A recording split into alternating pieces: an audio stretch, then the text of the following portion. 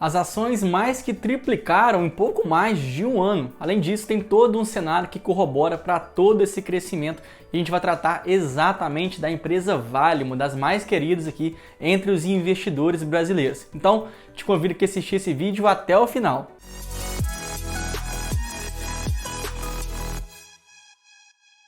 Fala aí, investidor e investidora, vamos fazer aqui o mesmo acordo de sempre. Se conseguir agregar conteúdo e conhecimento para você, no final desse vídeo você vai me retribuir com uma inscrição nesse canal e com um like nesse vídeo, porque assim de fato que você me ajuda a crescer e espalhar esse conteúdo para o máximo de pessoas possível.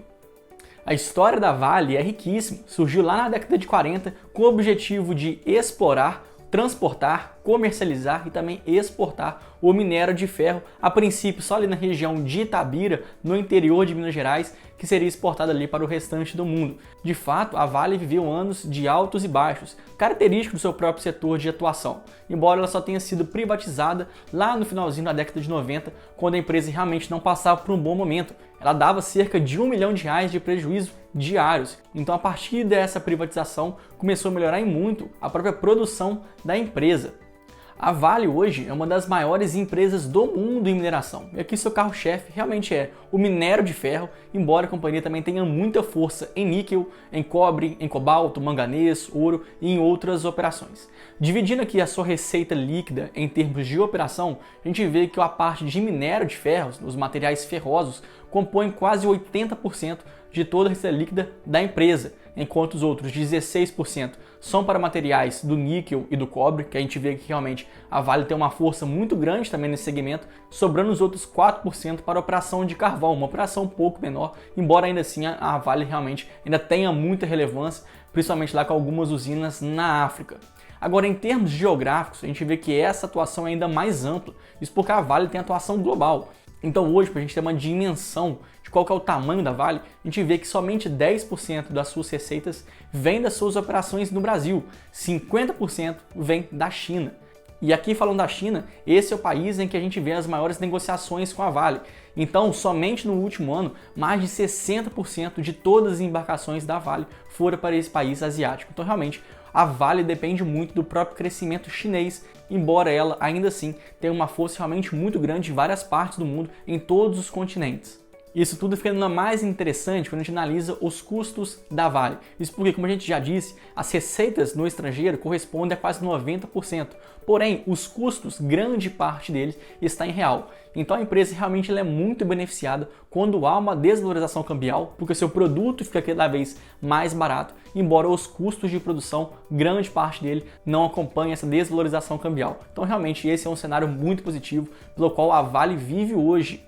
E não fosse só a grandiosidade na operação em si, a Vale também tem outro ponto fundamental aqui para a sua estrutura de custo. Isso porque ela é uma das principais operadoras logísticas do mundo e também de alguns países em que ela atua. Isso porque a Vale ela não só tem as próprias minas jazidas, como também ela atua com as ferrovias, portos e também alguns terminais marítimos. Então ela consegue dar um escoamento muito forte para todas aquelas suas operações que ela tem.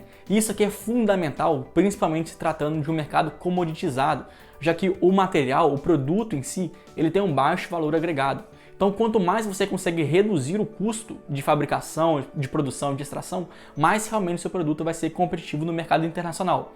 Então, a partir do momento que a Vale tem, por exemplo, ferrovias, aqui ela tem uma participação bem forte na MRS Logística, uma empresa de ferrovias, principalmente aqui no Sudeste, fazendo com que os seus produtos consigam realmente ter uma escala muito maior e assim reduzir seus custos e melhorando sua logística. A Vale fornece os seus insumos de minério de ferro e as pelotas de minério de ferro, basicamente todos para a indústria de siderurgia. Então a demanda por produtos de siderurgia que vão realmente impactar pela demanda dos produtos da Vale. E hoje, basicamente, toda a siderurgia vai ser aplicada em construção civil e em outros gastos de infraestrutura. Então acaba que, pela Vale ser hoje a primeira empresa na cadeia produtiva, ela está muito exposta à própria infraestrutura global e também à demanda por construção civil. E além disso tudo, não só falando da logística brasileira, mas também lá na China, que é o seu principal destino de minérios de ferro, a Vale também tem uma operação grandiosa, operando vários portos naquele país, que realmente, mais uma vez, consegue reduzir seus custos e assim conseguir ter uma escala muito mais diferenciada. Não fosse só, a Vale tem duas vantagens competitivas que realmente mudam todo o jogo. E como a gente já disse, as commodities como um todo, elas são produtos de baixo valor agregado, que por si só, o valor do transporte tenderia a afetar muito o preço final desses produtos. Então, se a gente tem hoje a Austrália como uma das maiores produtoras de minério de ferro do mundo, a gente poderia imaginar que a Austrália conseguiria vender muito mais minério de ferro para a China do que o próprio Brasil consegue, até mesmo por questões geográficas. A Austrália é muito mais perto da China do que o Brasil é. Porém, a Vale aqui tem dois pontos que realmente fazem toda a diferença. O primeiro desses pontos é o fator de impurezas. Isso porque as empresas, não só chinesas, todas as empresas do mundo, elas querem fazer o máximo de produção ao menor custo possível. Então é interessante que esse minério de ferro tenha o máximo de ferro possível. E é exatamente isso que acontece aqui nas jazidas brasileiras. Então nosso minério de ferro, ele tem um alto teor de ferro, que é um fator que lá nas jazidas australianas não tem. E não só, além desse maior teor de ferro, ela tem um menor teor de alumina.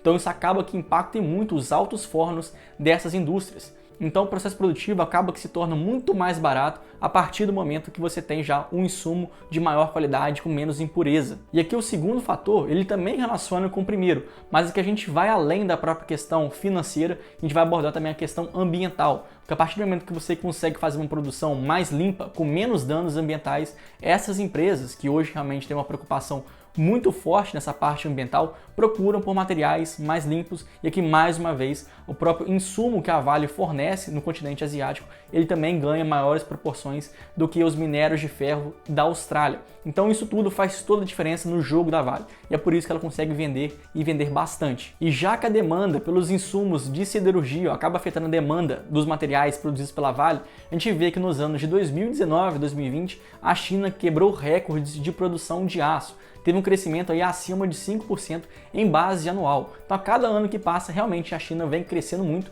inclusive no ano de 2020, quando toda a economia ficou parada, devido à própria situação da pandemia e isolamento social, a China continuou crescendo e cresceu bastante. Então, mais uma vez, a gente vê uma China que cresce tanto no setor imobiliário, como também nas grandes indústrias de maneira geral. Então acaba que nos últimos meses e últimos trimestres, a gente vê três fatores que realmente fizeram toda a diferença para a Vale ter uma valorização tão grande igual a gente vê na nossa bolsa de valores no dia de hoje. O primeiro fator aqui é a desvalorização cambial, já que as commodities elas são negociadas em dólar. Então, quanto maior a desvalorização cambial, mais as empresas brasileiras têm preços competitivos no mercado internacional. O segundo fator se deve à alta do minério de ferro, até mesmo em reflexo da alta demanda na China. Então, o preço desse insumo mais que dobrou em questão de um ano para o outro. Em terceiro ponto, o volume produzido pela Vale também aumentou e aumentou bastante. Então, juntando a desvalorização cambial com o aumento de volume e também com a alta do minério de ferro, a gente vê os três principais argumentos que fizeram total diferença na produção da Vale. Então, todos esses argumentos juntos culminaram em um lucro líquido de cerca de 30 bilhões de reais, 50 vezes a mais do que o próprio lucro líquido que a empresa teve no mesmo período do ano passado. Realmente um avanço e tanto.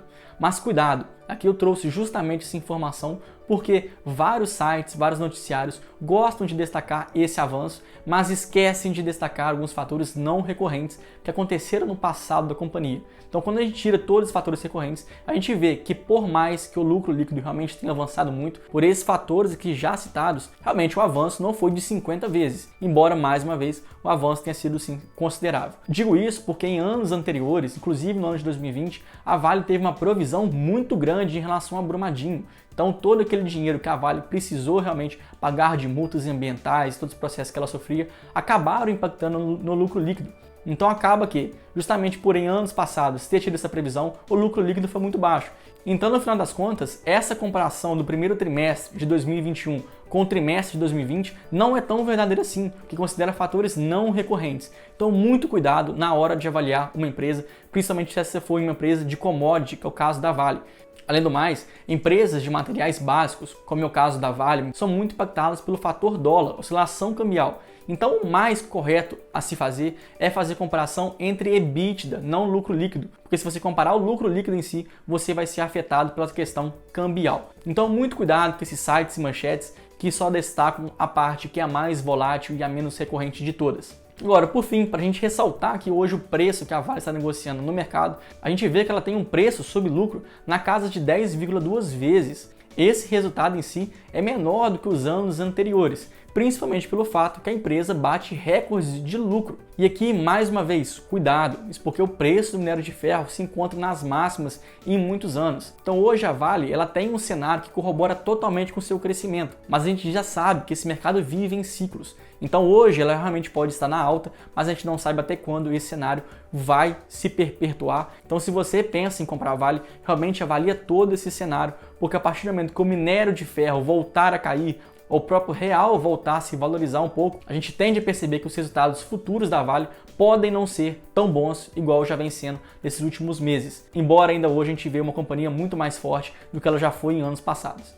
Então, fechando aqui esse vídeo, espero que você tenha gostado de todo esse conteúdo e mais uma vez, se conseguir agregar conhecimento e conteúdo para você, me retribui aqui com uma inscrição no canal, com um like nesse vídeo, porque é assim que você me ajuda. Então, além disso tudo, deixa aqui nos comentários qual é a próxima empresa que você quer ver aqui no canal para que eu possa fazer análise. Eu agradeço muito sua atenção e espero você lá no próximo vídeo.